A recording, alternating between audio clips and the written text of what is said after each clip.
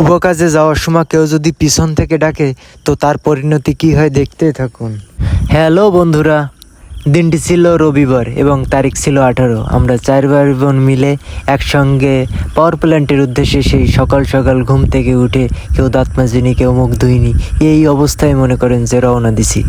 এবার রাস্তার রিভিউ। এই হচ্ছে রামপালের সেই তাপবিদ্যুৎ কেন্দ্র, যা সবার কাছে অত্যন্ত পরিচিত এবং আকর্ষণীয় একটা জায়গা। যে দেখা যাচ্ছে চুল্লি, যা বঙের মতো দেখতে, দেখেন বঙের মতো ধোঁয়া বেরোচ্ছে, কি অপূর্ব একটা দৃশ্য। আমরা গেটে চলে আসছি, তো বাকি কথা ভিতরে গিয়েই হবে। আমরা ভিতরে ঢুকে গেছি। রামপাল তাপবিদ্যুৎ কেন্দ্রের অভ্যন্তরীণ কিছু চিত্র আপনাদের দেখানো যাক, আপনারা দেখতেই থাকুন। দেখুন দূর থেকে কেমন লাগে, বাট ধারে আসলে অনেক সুন্দর লাগে। ওই যে ক্যান্টিন দেখা গেল, রিভিউ দিচ্ছিলাম গাড়িতে বসে, কি সুন্দর, হঠাৎ গাড়ি নষ্ট হয়ে গেল। বাকিটা দেখতেই থাকুন। এই সময় মনে হচ্ছিল যে আসলে পিছন দিক থেকে যাত্রাপথে কেউ বাধা দিলে এরকমই হয়। তারপর আমরা চলে আসলাম আমাদের সেই কাঙ্ক্ষিত মন্দির প্রাঙ্গণে। দেখুন আমরা আমরা আসলেই মনে করেন যে অনেকটাই খুশি হয়ে গেছিলাম, কারণ আমাদের উদ্দেশ্য ছিল এই মন্দিরটা। তো আমরা সেই জায়গায় চলে গেছি, অনেক আনন্দ আর কি। এবার ভাইরা গেল ভিতরে, তো আমিও তাদের ভিডিও করে দিচ্ছিলাম। এবার ভিডিও করার তো আর লোক নাই আমি ছাড়া। এবার ওরা কপালে সিঁদুর কাটলো, আর আমার তো আর কিছু হলো না। পরে কাকিমারে কলাম, কাকিমা আমার একটু দিয়ে দাও। দিল্লি কাকিমা মন টন নরম আর আমার একটু দিয়ে দিল। তারপরে ওই মন্দিরের একটু আশেপাশের একটু রিভিউ নিচ্ছিলাম আর কি, যে কতটা সুন্দর। কারণ খ্যাত এলাকাতে গেছি, তো অত ভিতরের অত সুন্দর লাক্সারিয়াস পরিবেশ আমরা কখনো আগে পরে দেখি নাই। আর এই যে সাথে দুইজন গেছে, দেখতে পারেন একে, ক্যামেরা অন করলে যেভাবে ওকে ক্যামেরার ফ্রেমে দেখাবে ওরা সেইভাবেই চলে যাবে। তখন নিজের কাছে কি মনে হয় জানেন, যে ভিডিও করা শিয়ে যে কত বড় পাপ কাজ করেছি জীবনে। তারপর আমরা দুই ভাই প্রসাদ নিলাম, আর ওরাও নিল, তো ওকে কথা আর কলাম না। এবার আমি চলে গেলাম শ্যুট করতে। ভাইরে বললাম, ভাই আমাকে একটু শ্যুট করে দে, শাহরুখ খানের মতো একটু পাটচাটনি, এমনিতেই তো সুন্দর দেখতে নাকি বিষয়টা। এত সময় ওদের ভিডিও করে দিলাম। তারপরে দেখুন ঘুরে ঘুরে কি সুন্দর ভিডিও করতেছি। মাঝে আবার ঠাকুরদেরও কিছু ফুটেজ নিলাম সিনেমাটিক ফ্রেমে।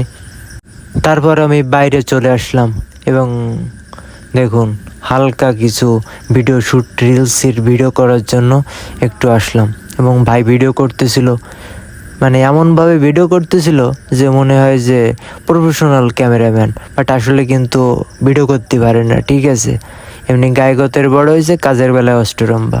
তারপর বললাম যে ভাই যাই হোক না কেন একটু ভিডিও শ্যুট করে দে। আর এই যে মহারানী বেরোইছে, তার কাজ বাজ শেষ, তারও বলে এখন ভিডিও করে দেওয়া লাগবে। এটা কোনো কথা? এদিকে আমার ভিডিও একটু যেই করে পারতেছে না, সেই মনে করেন যে ওর ভিডিও করে দিতে হবে, কি আর কি। আর এমনিতেই তো মনে করেন যে আটতেই পারে না, ঠিক আছে, এর কয়ে ভিডিও করে দিয়ে লাগে। আর ওই যে একজন মাঝে হাত দিয়ে দাঁড়াইছে, ওর কথা আর কি কব। আমরা তিনজন যেই করি ওরা সিরিয়াল মেনটেন করতে হবে, দুইজনের পরে তিনজন, তাও ওরে দেওয়া লাগবে। এবার ফালা হচ্ছে কি ভাই, আমি হচ্ছে কি ক্যামেরাম্যান। দেখেন কি বাপ সে ডঙ্গি, কি মনে হচ্ছে কি যেন কি ভালো বুঝলাম না। আপনারা একটু কমেন্ট করে জানায় নেন। আমি ভাই তো মেলা ভাও কথা ক্ষতিও পারতেছি না। দেখেন কি অবস্থা ওর। এক পর্যায়ে শ্যুট শেষ, ও বিরক্ত হয়ে বললো, ভাই থাক আর করিস না। তারপরে মনে করেন যে হালকা মন্দিরের সাথে সাইডের বিল্ডিংগুলোরও রিভিউ নিলাম। অনেক সময় পর দুই ভাই এক ফ্রেমে। यारों में क्या भाई मिला, तुझे यारों में क्या भाई मिले, भाई मिले जिनके दिलों में सफाई मिले, ना ही मिले तुझे सांप तेरे रास्ते में, तुझे जब भी मिले भाई बस दुआ ही मिले, लोगों से होता नहीं अब एल्बम का वेट, और बट एज एन आर्टिस्ट मेरी। গান শেষে আবারও শ্যুট ভিডিও ফিরে আসলাম এবং ফার্স্ট ফ্রেমে ছিল সাথী সরকার ওরফে বেউ।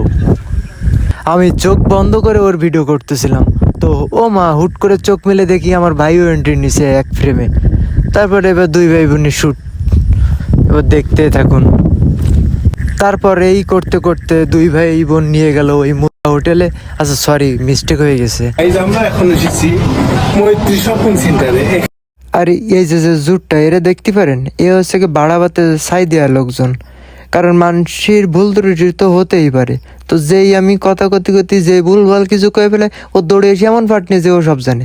ধ্যান দৌড়ে এসে কি করলো, লাস্টে কি করলো আপনারাই শুনেন। জামা কাপড় এভরিথিং প্যান্ট সব ঘটনা কি বুঝতে পেরেছেন? ও ওই জায়গাতে জামা প্যান্ট কিনে বলে একটু রিভিউ দিয়ে দিল, আপনারাও যাতে অন্তে যে কিনতে পারেন। মুখ ক্যামেরার মধ্যে নিয়ে চলে আসতেছে। আর কি আর কব কন, ডাইয়ে নিয়ে গেছে বাড়িতে, এই জন্য আর কিছু ক্ষতিও পারলাম না হঠাৎ করে। আচ্ছা চলুন ভিতরে কিছু মজার দৃশ্য দেখাই আপনাদের। আমি কি হইলাম এটাই আপনাদের দেখাবো, আমি কি ফাট নিলাম।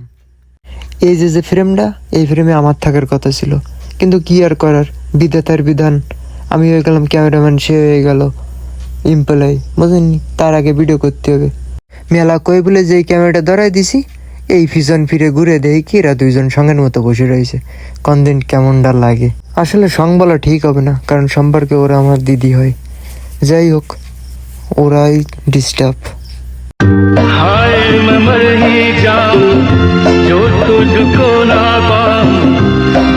তারপর চাকরি পেলাম ওয়েটারের।